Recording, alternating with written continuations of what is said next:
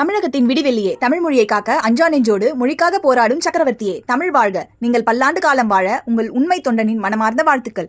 ருக்குமா சரவணன், மாவட்ட வர்த்தக அணி தலைவர் மற்றும் மாவட்ட கராத்தே சங்க தலைவர், சிவகங்கை மாவட்டம். நாம் தமிழர் கட்சி தலைமை ஒருங்கிணைப்பாளர் சீமானின் மேல்முறையீட்டு மனு திங்கட்கிழமை அன்று விசாரணை. நடிகை பாலியல் வழக்கில் உயர்நீதிமன்றம் பிறப்பித்த உத்தரவுக்கு எதிரான மனுவை விசாரிக்கிறது உச்சநீதிமன்றம்.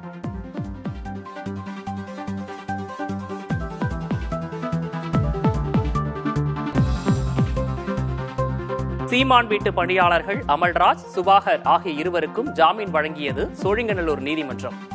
சம்மனை கிழித்து பணி செய்ய விடாமல் தடுத்ததாக கைது செய்யப்பட்ட பணியாளர்களுக்கு ஜாமீன்.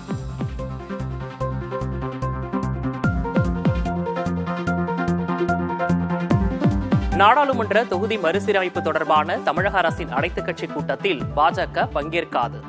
மாநில தலைவர் அண்ணாமலை அறிவிப்பு.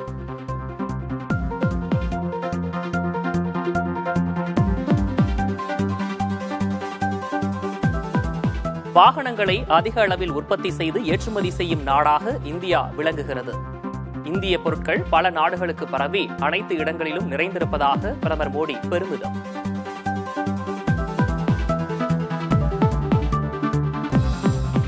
யுக்ரைன் அதிபர் ஜெலன்ஸ்கியை முகத்திற்கு நேராக கடுமையாக விமர்சித்த அமெரிக்க அதிபர் டிரம்ப். வெள்ளை மாளிகையில் நடந்த சந்திப்பில் யுக்ரைன் ரஷ்யா போர் விவகாரம் குறித்து பேசிய போது வாக்குவாதம். You're gambling with the lives of millions of people.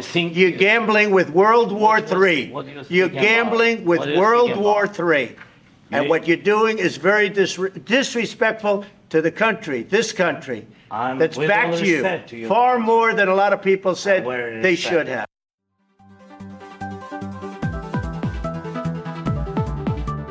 யுக்ரைனுக்கு நீடித்த அமைதியே தேவை.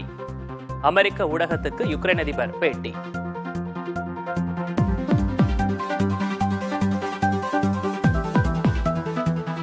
நிலைமையை மோசமாக மாற்றியதற்கு யுக்ரைன் அதிபர் ஜெலன்ஸ்கி மன்னிப்பு கேட்க வேண்டும்.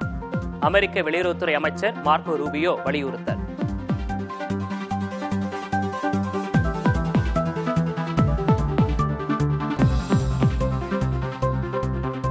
ஜெலன்ஸ்கியை ட்ரம்ப் தாக்காமல் விட்டதே அதிசயம். ரஷ்ய வெளியுறவுத்துறை அமைச்சகத்தின் செய்தி தொடர்பாளர் மரியா ஜஹரோவா கருத்து.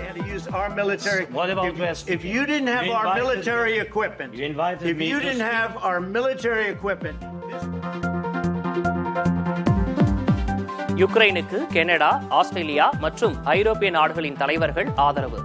யுக்ரைனுக்கு உதவி, ரஷ்யாவுக்கு கட்டுப்பாடுகள் விதிப்பதே நமது கடமை என சமூக வலைதளங்களில் பதிவு.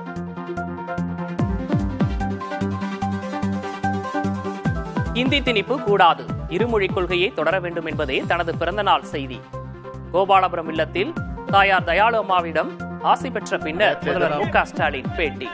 நேற்று தினம் நடைபெற்ற என்னுடைய பிறந்தநாள் விழா பொதுக்கூட்டத்தில்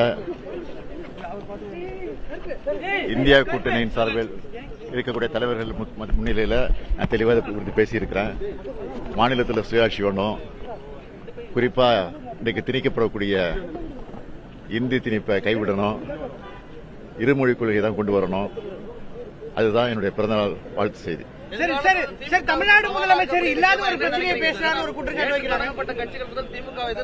நான் அதை பற்றிலாம் கவலைப்படல. என்னுடைய கவலைகள் எல்லாம் நாட்டை பற்றி தான், மாநிலத்தை பற்றி தான், மாநிலத்துக்கு உரிமையை நம்ம பெற வேண்டும் என்பதை பற்றி தானே கவலைப்படலாம். சரி, இல்லாத பிரச்சனையை தமிழ்நாடு முதலமைச்சர் பேசிட்டு இருக்காரு அப்படின்னு மத்திய அரசு சார்பாக குற்றச்சாட்டு வைக்கிறாங்க. இப்படி டீலிமிட்டேஷன்ல நாங்க வந்து எதை பத்தியுமே இல்லாத பிரச்சனை சொல்லும்போது அதுக்கு நான் பதில் சொல்ல அவசியமே இல்லையே.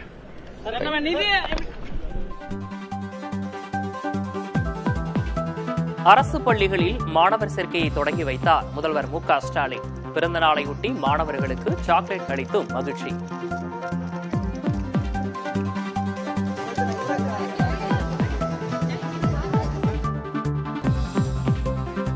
உத்தராகண்டின் பத்ரிநாத் அருகே திடீரென ஏற்பட்ட பனிச்சரிவில் சிக்கிய தொழிலாளர்கள் 49 பேர் இதுவரை மீட்கப்பட்டுள்ள நிலையில் மீதமுள்ள 6 பேரை மீட்கும் பணி தீவிரம்.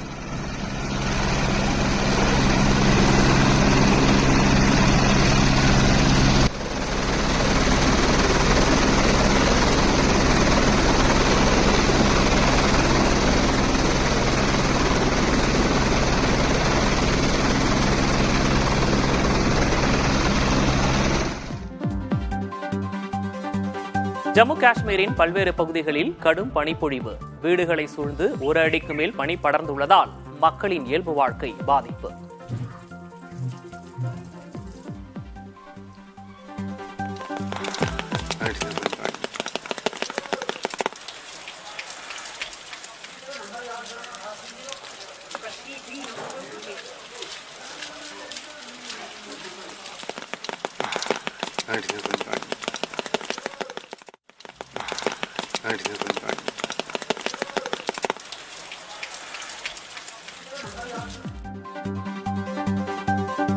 சவுதி அரேபியாவில் புனித ரமலான் மாதம் இன்று தொடக்கம்.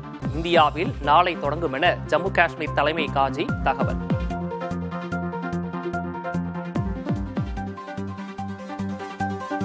தமிழகத்தின் விடிவெள்ளியே தமிழ் மொழியை காக்க அஞ்சா நெஞ்சோடு மொழிக்காக போராடும் சக்கரவர்த்தியே தமிழ் வாழ்க. நீங்கள் பல்லாண்டு காலம் வாழ உங்கள் உண்மை தொண்டனின் மனமார்ந்த வாழ்த்துக்கள். ருக்குமா சரவணன், மாவட்ட வர்த்தக அணி தலைவர் மற்றும் மாவட்ட கராத்தே சங்க தலைவர், சிவகங்கை மாவட்டம்.